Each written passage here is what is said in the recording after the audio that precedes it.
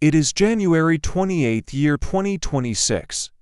As we look around at the fractured world we live in today, with its empty shelves, frozen supply chains, and fragmented internet, it is easy to feel overwhelmed by the chaos of the present moment. But to navigate where we are going, we must understand where we just came from. We must look back at the year 2025 not as a collection of random news events, but as a single coherent story. Historians of the future will likely look back at 2025 as the year the illusion finally broke. It was the year when the laws of physics finally caught up with the laws of finance. It was the year when the digital promises clashed with the analog reality. And it was the year when the geopolitical map was redrawn not with ink but with resources. Welcome back to Hidden Logic, where today we are conducting a deep autopsy on the year 2025. We are going to break down the four critical pillars of the collapse that brought us to this moment. The energy crisis caused by the silent banking panic, the Shanghai Shock, and the supply chain siege. If you thought 2024 was volatile, 2025 was the year the hinges came off the door.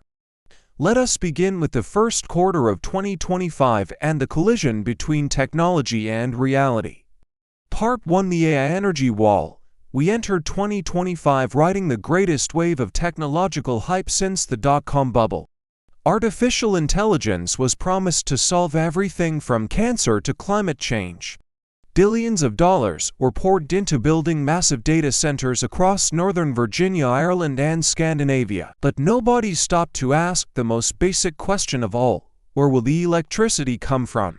By February 2025, the hidden logic of exponential growth at the physical wall of the power grid. We learned that a single AI query consumes 10 times the electricity of a standard Google search. As these massive GPU clusters came online, it began to suck the grid dry, destabilizing the power for everyone else. Do you remember the great blackouts of March 2025? Entire regions in California and Germany went dark, not because of a storm, but because the data centers drank the milkshake. This forced governments to make a choice that destroyed the myth of infinite progress. They had to institute energy rationing for the first time since the 1970s. Factories were told to shut down so that chatbots could keep running. This was the first fracture in the illusion, proving that digital wealth relies on physical power that we simply do not have. The cost of electricity skyrocketed, driving inflation up just when the central bank said it was coming down. This energy shock led directly into the second crisis of the year, which hit the financial system in the spring. Part 2: The silent bank run. For years, analysts had warned about the commercial real estate bubble. Office towers in New York, London, and San Francisco stood half empty as remote work became the permanent reality.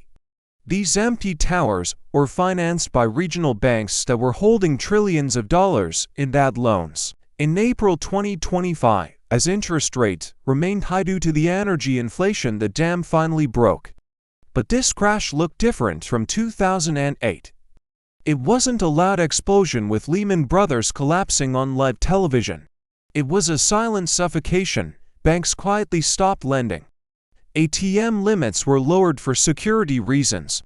Digital transfers began to take days instead of seconds. The hidden logic here was terrifying. The banks were insolvent, and they were trying to trap your money inside the system. We saw the introduction of bail-in protocols in Europe, where depositor funds were legally converted into bank equity to save the institutions.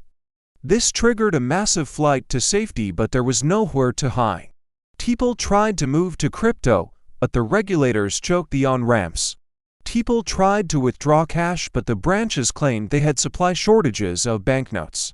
This was the moment the middle class realized that money in the bank is not your money, is an unsecured loan to the bank. And while the West was struggling with its broken banks, the East was making a move that would change history forever. Part 3: The Shanghai Shock. In the summer of 2025, specifically in July, the BRICS alliance held an emergency summit in Shanghai. The Western media largely ignored it, focusing instead on celebrity scandals and domestic politics. But what happened in that room was the financial equivalent of a nuclear bomb. The producing nations led by China, Russia, Saudi Arabia and joined by new members realized the West was bankrupt. They saw our energy crisis and our banking crisis, and they decided it was time to decouple. They signed the Shanghai Consensus, a trade agreement to settle all energy and critical mineral transactions outside of the US dollar. They launched a new trade settlement unit backed not by debt but by a basket of gold, oil and rare earth minerals. This was the moment the US Treasury market froze. For 50 years the US could print money because the world bought its debt. But in August 2025 the buyers simply walked away. Yields on the 10-year Treasury spiked out of control, pushing mortgage rates in the US to double digits. The housing market, which was already teetering, completely froze, locking an entire generation out of homeownership. The value of the dollar began to plummet against real assets, causing the second wave of inflation that we are suffering from today. This wasn't just economics, it was geopolitical warfare fought with balance sheets. The East told the West, we will no longer trade our real labor and resources for your fake paper. And this financial war naturally escalated into the physical war that defined the end of the year. Par for the supply chain siege. By October 2025, the illusion of free trade was dead and buried. Nations began to hoard what they had, creating a wave of resource nationalism. China imposed strict export controls on gallium, germanium, and graphite, the minerals needed for high-tech chips and military weapons. India banned the export of rice and sugar to protect its domestic population from hunger. South America formed the Lithium Cartel, reminiscent of OPEC, to control the price of battery production. The global supply chain, which was built on the idea of just-in-time delivery, collapsed into just-in-case hoarding. This is why you cannot find certain medicines in the pharmacy today. This is why the price of a new car has doubled in 12 months. The world fragmented into two distinct trading blocks: the Eurasian bloc, rich in resources, and the Western bloc, rich in debt. The conflicts in the Middle East and Ukraine, which had been grinding on for years, morphed into a wider war of attrition against trade routes. The Red Sea, the Strait of Hormuz, and the Malacca Strait became choke points where the flow of goods was strangled. By December 2025, the global village was burning down. I want to pause here because we all lived through this year together, but our experiences were different based on where we live. I want you to think back to the hardest moment of 2025 for you personally. Was it the week the power went out? Was it the day your bank limited your withdrawals? Or was it the moment you realized that prices were never going back to normal? Go to the comments section right now and share your 2025 moment. Type the location and the specific event that woke you up to the reality of the collapse. We are building an archive of truth in the comments to counter the official narrative. So here we are in January 2026, living in the wreckage of the old world. But why did I call this video the year the illusion broke? Because for decades we lived under the illusion that we could print wealth without working. We believed we could have infinite energy without pollution. We believed we could have security without sacrifice. 2025 was the year reality sent us the bill for all those delusions. The energy crisis taught us that physics is real. The banking crisis taught us that debt is real. The supply chain siege taught us that borders are real. That there is a hidden logic even in this chaos. The collapse of the old system is necessary to build whatever comes next. The powers that be, the banking cartel that we discuss in our other series, are not asleep at the wheel. They are using this chaos to engineer the transition to their new system. Have you noticed how every solution proposed to these crises involves more centralization and more control? The solution to the bank run is the central bank digital currency. The solution to the supply chain crisis is the digital ID to ration goods. They are using the trauma of 2025 to build the digital prison of 2026.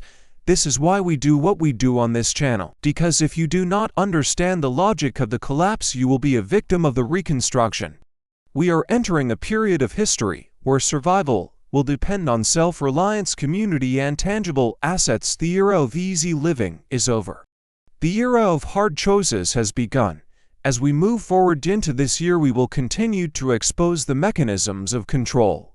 We will not just report the news, we will deconstruct the agenda behind the news.